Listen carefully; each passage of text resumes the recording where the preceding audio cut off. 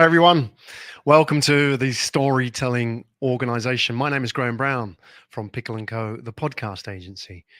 And this podcast is all about how organizations, so teams, corporates, everybody from the the world of startups up to the multinational corporations can tell better stories, and how we can do that as an organization, as a team, and whether you're actually telling stories or you're enabling them in your organization. How can you do that?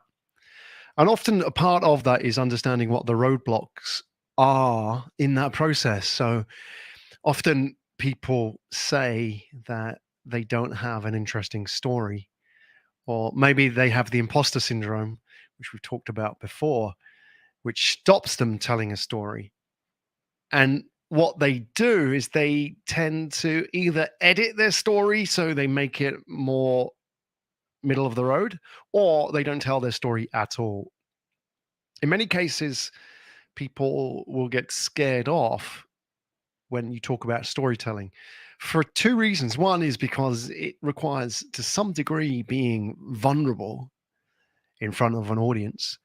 It requires you to commit your story to people you don't know, and they can reject you. And that might be scary for some people. And, especially when you're in the world of corporates, you have been successful as a result of playing the game of not making mistakes. So when somebody asks you to make mistakes, that's going to be hard. And the second part is not knowing how to do it.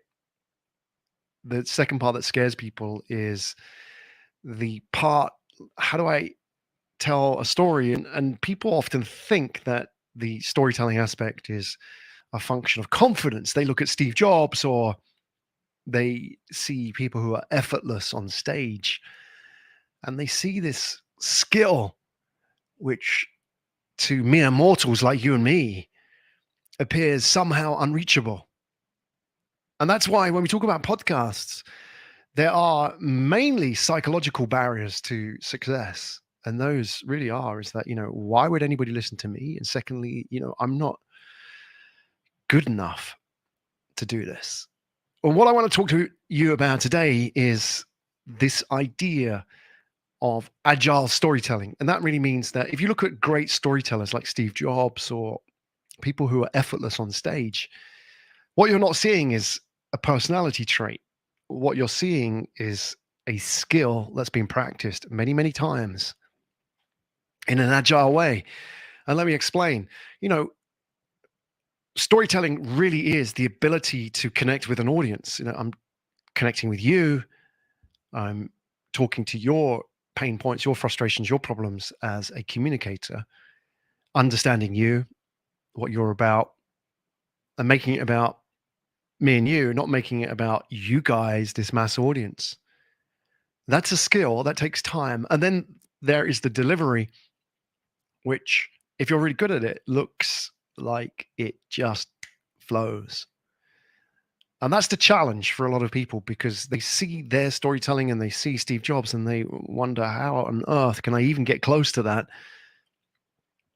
And they understand that the power of storytelling as the big force multiplier in business today. If you want to influence people, meaning if you want to sell, if you want to hire, if you want to raise funds, it's all storytelling.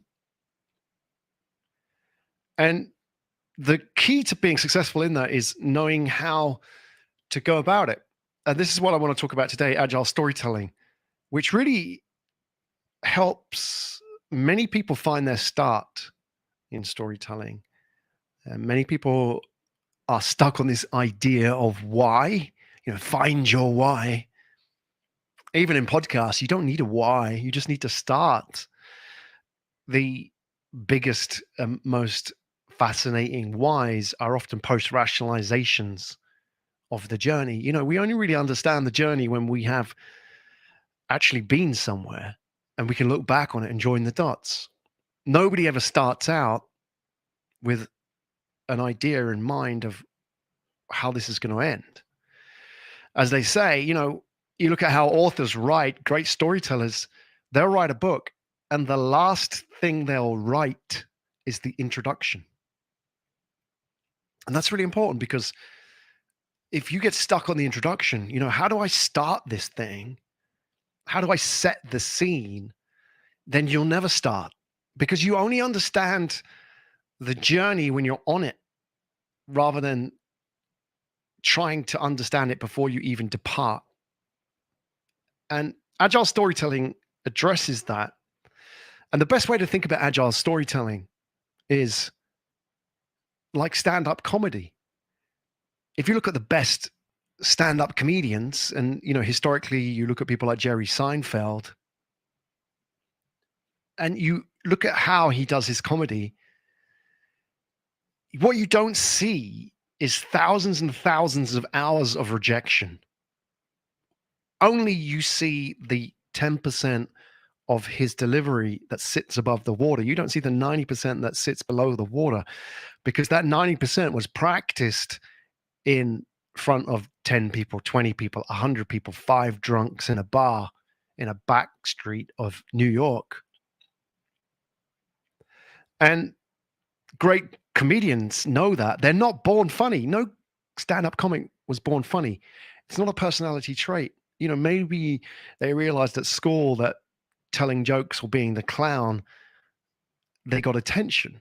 And that was a great way for them to fit into the group. And so they practiced and practiced and practiced. And by the time they got into adulthood, they got on stage, started committing that to an audience, facing rejection, getting feedback. And that then became this journey of agile storytelling towards becoming a professional. And it's the same with podcasting, that maybe you have a disposition, a feeling inside you that you could do this and you enjoy it. You enjoy getting on a microphone, but you don't know how. You don't know how to go through that process.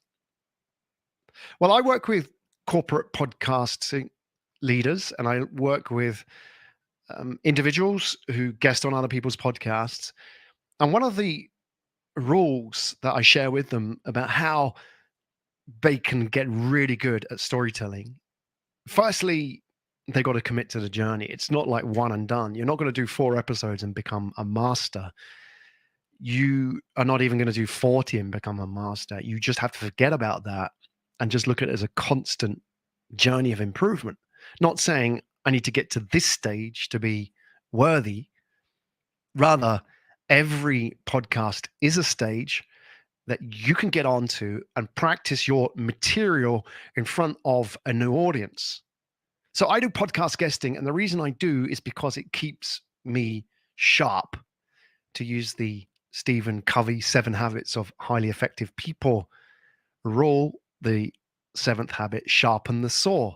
It helps me sharpen the saw.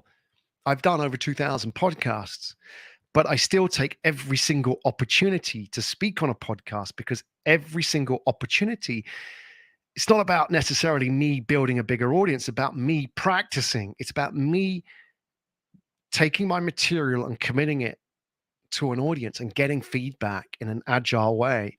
Every podcast is an opportunity to test. So the rule that I share with my clients is 80-20, the 80% rule, which is every podcast you do, share 80% of your material, which is well rehearsed and well practiced. So 80% is your existing material and 20% is new material. 80% is tried and tested and reliable, and you know it works because you've done it many, many times and you've read the feedback from the host and from the audience.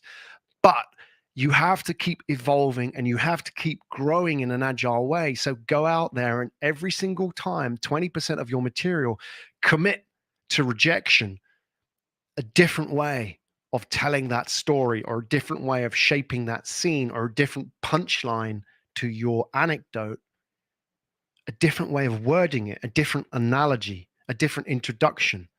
All of this is test.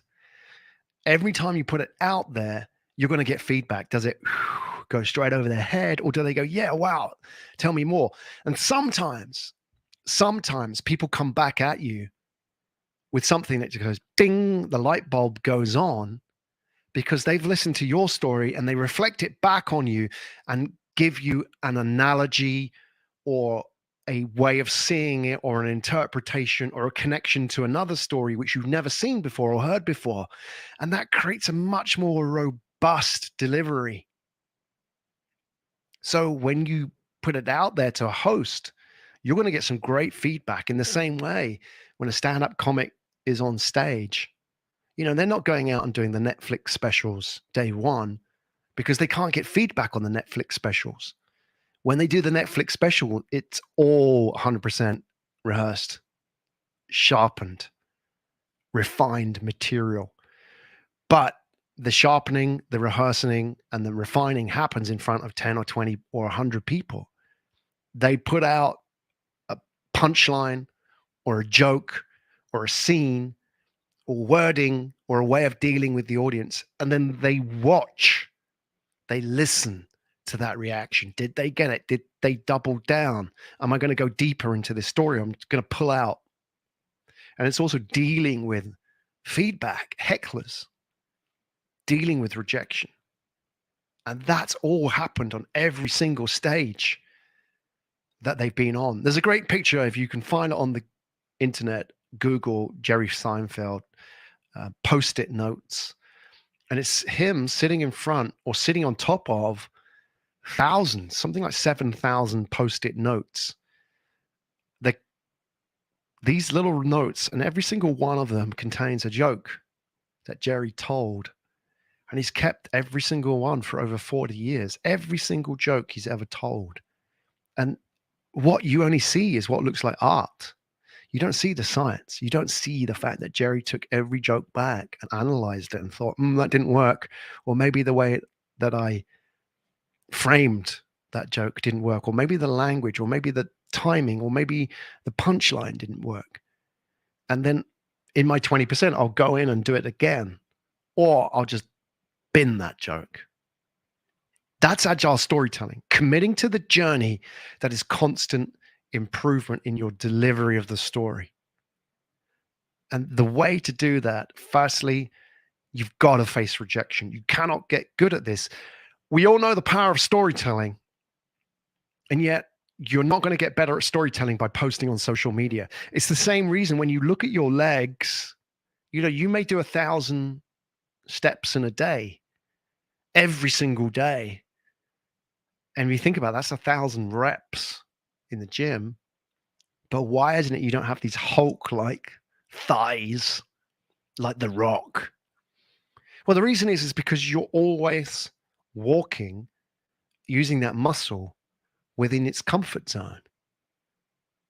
And anybody that will tell you, any trainer will tell you, go into the gym, and the only way you're going to build muscle is by pushing yourself beyond failure. And it's only a small threshold difference between comfort zone and failure, but it's just a little bit. You rep to failure. And it's the same with storytelling. If you want to get good, you could spend your days thousands and thousands of tweets or social media updates, all steps, all within your comfort zone, all are going to add nothing to your story. But all you need to do if you want to get good is push it beyond the failure point.